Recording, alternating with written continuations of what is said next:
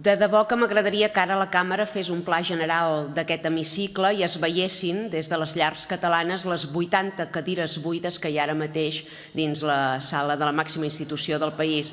Ho dic perquè sóc l'única diputada a qui se li retreu que no compleix amb les seves funcions quan jo no assisteixo a les comissions perquè estic desenvolupant una altra tasca pública, en aquest cas com a batllessa de Ripoll, justificació que no tenen la majoria dels absents ara mateix en aquest hemicicle i, per tant, trobo que abans de fer determinats retrets potser haurien de mirar-se al mirall perquè quedaran ben retratats.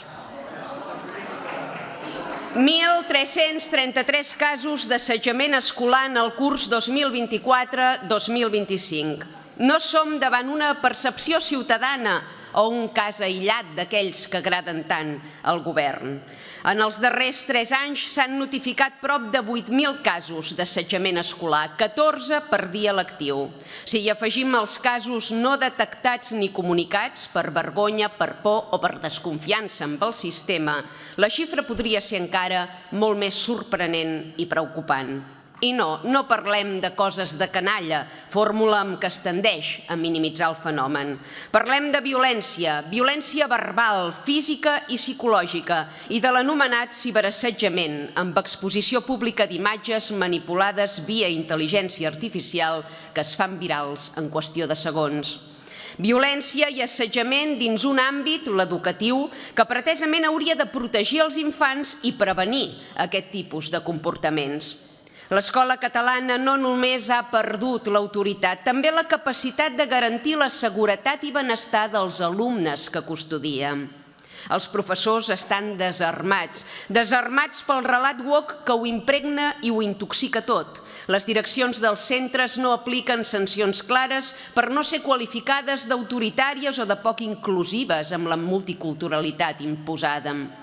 Han deixat entrar cultures que tenen interioritzada la violència i el masclisme, que es regeixen per preceptes religiosos de l'edat mitjana, que contradiuen els valors fundacionals d'Occident i que han convertit les aules d'aquest país en un camp de mines, on els robatoris, les agressions, l'assetjament sexual o l'espionatge i control extrem de les famílies i membres de la contracomunitat de torn són a l'ordre del dia.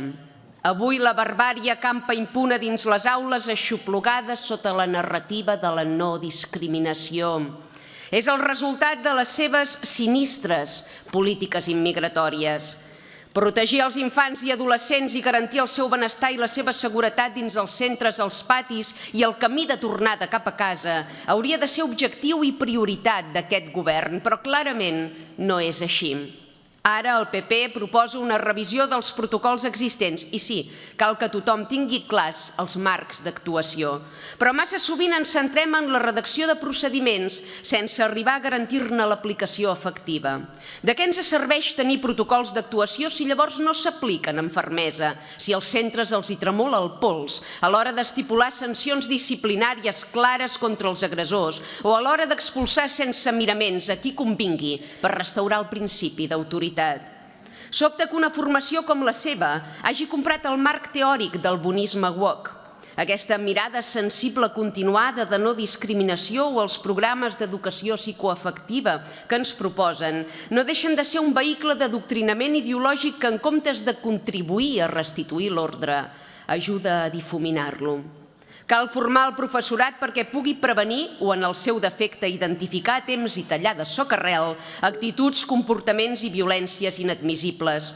I el paper de les famílies no pot ser secundari o inexistent com ara. Som els responsables de la protecció i benestar dels nostres fills i això ens obliga a formar part de qualsevol estratègia de prevenció i intervenció. No és de rebut que es plantegin mesures sense tenir en compte la corresponsabilitat familiar. Aliança Catalana defensa un model de protecció dels menors catalans, restaurant sense complexos ni correccions polítiques l'autoritat del professor, aplicant sancions disciplinàries clares, ràpides i exemplars contra els agressors, prioritzant la seguretat de les víctimes per damunt de qualsevol ideologia inclusiva o proimmigracionista, endurint el control del ciberassetjament, exigint responsabilitat a les famílies i prohibint l'entrada a escoles i instituts d'elements vexatoris, discriminatoris i misògens com el vel islàmic. L'administració ha de tenir el valor de defensar els drets dels infants davant les pressions dels cercles familiars o de les contracomunitats religioses, sense importar el què diran. O els preocupa més el què diran que els drets de les nenes. Seny i ordre.